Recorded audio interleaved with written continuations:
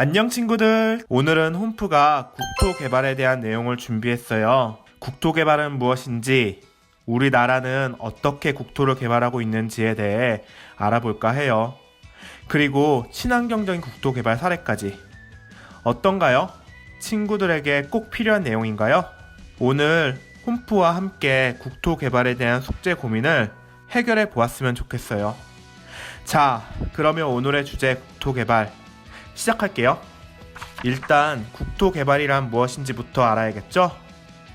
홈프는 친구들이 궁금한 것이 있을 때 국어사전부터 찾아봤으면 좋겠어요.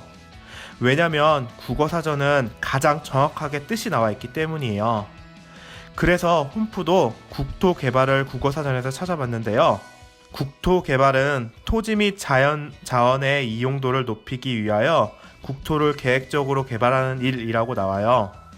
그리고 그 아래 국토개발 정책에는 한 국가에서 국토를 개발하여 지역이나 국가 경제를 발전시키고자 하는 정책이라고 나와요. 즉, 쉽게 설명하면 국가 경제를 발전시키기 위해 나라의 땅을 개발하는 일을 말해요. 과거에 우리나라는 공장을 짓고 도로를 건설하고 도시를 발전시켜 왔어요. 그렇게 우리나라는 50년이라는 짧은 시간 동안 눈부신 성장을 하게 되었고요. 하지만 경제 성장 위주의 발전은 여러 가지 문제점을 낳게 되었습니다. 바로 환경 오염, 자원 고갈, 지역 간 불균형, 그리고 급속한 성장을 따라가지 못하는 국민 생활 수준의 낙후였어요. 도시에 사람은 넘쳐나는데 주택이나 수도시설 등 인프라 시설은 낙후되어 있어서 국민 생활 수준이 떨어질 수밖에 없었답니다. 이런 문제점을 해결하기 위하여 점차 친환경적인 도시 개발을 중요하게 여기게 되었습니다. 친구들이 친환경적인 도시 개발에 대해 배우는 이유는 바로 이러한 이유 때문이에요. 현대 국토 개발은 과거 국토 개발의 문제점을 보완하여 국토와 경제를 함께 발전시키는 것에 중점을 두고 있어요. 때문에 지형과 기후 등 자연 환경을 고려하게 되었고 국민 생활을 높이는 것을 중요시하게 되었습니다. 그렇다면 친구들이 기다리던 바람직한 국토 개발, 친환경적인 국토 개발에는 무엇이 있는지 알아볼까요? 친환경적인 국토 개발을 얘기할 때 빼놓고 얘기할 수 없는 부분은 바로 이 산림 녹화 사업이에요. 하지만 인터넷에 친환경 국토 사례를 검색해도 잘 나오지 않더라고요. 그래서 홈프가 조금 자세히 준비했어요. 우리나라는 옛날부터 온돌 등을 이용하여 땔감이 아주 중요하게 이용되었습니다. 전래동화를 봐도 선녀와 나무꾼, 금도끼와 은도끼 등 많은 동화에서 나무꾼이 등장해요.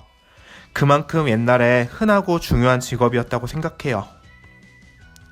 하지만 땔감은 곧 나무의 부족을 가져왔고 6.25 전쟁을 겪으면서 우리나라의 대부분 영토가 황폐화되어 정확한 기록은 없지만 우리나라 전체 토지 중에 민둥산의 비율이 50%가 넘었고 그중 풀 한 폭이 없는 산이 약 8% 가까이 되었다고 하니 그 심각성이 짐작되시나요? 산에 나무가 없다는 것은 곧 여러 가지 문제점을 가져왔어요. 나무가 물을 머금는 저수 능력을 가지고 있다는 것 다들 알고 있으시죠? 이 저수 능력이 없어서 매년 흉년과 산사태, 홍수가 반복되었다고 해요. 그래서 1960년대 산림 가꾸기 사업이 본격화되기 시작했어요. 식목일 행사를 장려하고 땔감으로 쓰던 연료를 화석 연료, 즉 연탄이나 석유로 대체했어요. 하지만 세계에서는 우리의 이런 노력을 비웃었습니다. 산림 녹화 사업이 돈도 많이 들고 어려운 사업이라 선진국들도 쉽게 할 수 없었는데 이제 막 발전을 시작한 한국이 성공할 수 없으리라 생각했었던 거죠. 하지만 우리는 끊임없이 노력했어요. 현신규 박사님과 김희만 박사님 등 많은 분들이 우리나라에 잘 자라는 나무를 개발하기 위해 끊임없이 노력하셨고 국민들 역시 한뜻으로 나무를 심고 가꾸기 위해 노력했어요. 이때 심은 나무가 5억 그루가 넘는다고 하니 정말 대단하죠? 이러한 노력 덕분에 우리나라는 현재 세계 4대 산림 강국이 되었고 전 세계에서 유례를 찾아볼 수 없을 정도로 조림 녹화 사업에 성공한 나라로 알려졌어요. 지금도 몽골, 중국 등 많은 나라에서 우리의 경험을 배우고 있고요. 통일을 대비하여 북한에도 도움을 줄 거라고 해요. 현재 북한은 예전 우리 영토처럼 민둥산이 많아 어려움을 많이 겪고 있거든요. 산림 녹화 사업이 통일을 대비하는데 많은 도움을 되었으면 좋겠어요.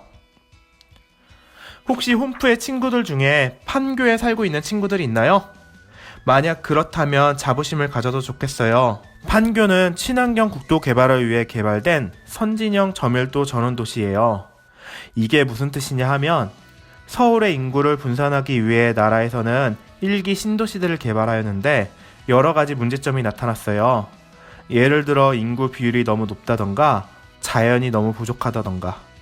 이러한 문제점을 보완하여 계획한 도시가 바로 판교 신도시예요. 정부에서는 판교 신도시를 만들 때 선교통 후입주 정책을 수립하여 교통의 효율성을 강조했고요.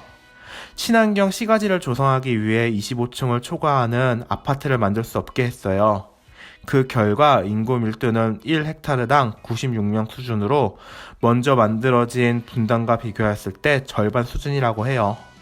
녹지 비율도 분당은 19.7% 수준인데 판교는 35%나 된다고 하니 사람이 살기 쾌적하겠죠? 앞으로 만들어질 신도시들도 판교의 장점과 단점을 분석하여 친환경적으로 조성된다고 하니 기대해도 좋을 것 같아요. 굴포라는 명칭은 자연 하천이 아니라 글자 그대로 하천이 없는 곳을 인공적으로 땅을 파서 만든 것을 말해요. 굴포천은 조선시대 강화도에서 서울까지 곡식을 안전하게 운반하기 위해 만들어졌는데요. 인공적으로 만들다 보니 고질적인 문제점이 많았습니다. 지형적으로 경사가 완만하고 하천 폭이 좁아 수시로 홍수 피해가 있었고 거기에 인천 부평이 개발되면서 공장 폐수와 생활하수가 흘러들어 썩은 악취가 나는 하천이었어요. 그래서 인천시에서는 2006년부터 2년간 390억 원을 투입하여 시민단체와 함께 복원사업을 착수하였습니다. 하천 밑에 별도의 통로를 만들어 오염된 물이 하천으로 흘러드는 것을 방지했고 물고기와 양서류들이 서식할 수 있는 환경을 조성하였다고 합니다. 우리나라에서는 국토 개발 계획을 실시하여 지금도 국토 개발을 준비하고 시행하고 있다고 해요. 앞으로 발전할 우리나라가 정말 궁금하지 않나요? 친구들이 얼른 자라서 나라에 도움이 되는 사람으로 성장했으면 좋겠어요. 오늘 홈프에서는 바람직한 국토 개발에 대해 중점적으로 알아보았어요. 친구들에게 많은 도움이 되었나요? 도움이 되었다면 구독과 좋아요 꼭 부탁해요. 홈프는 다음에 더 좋은 내용으로 찾아볼게요. 그럼 친구들 안녕!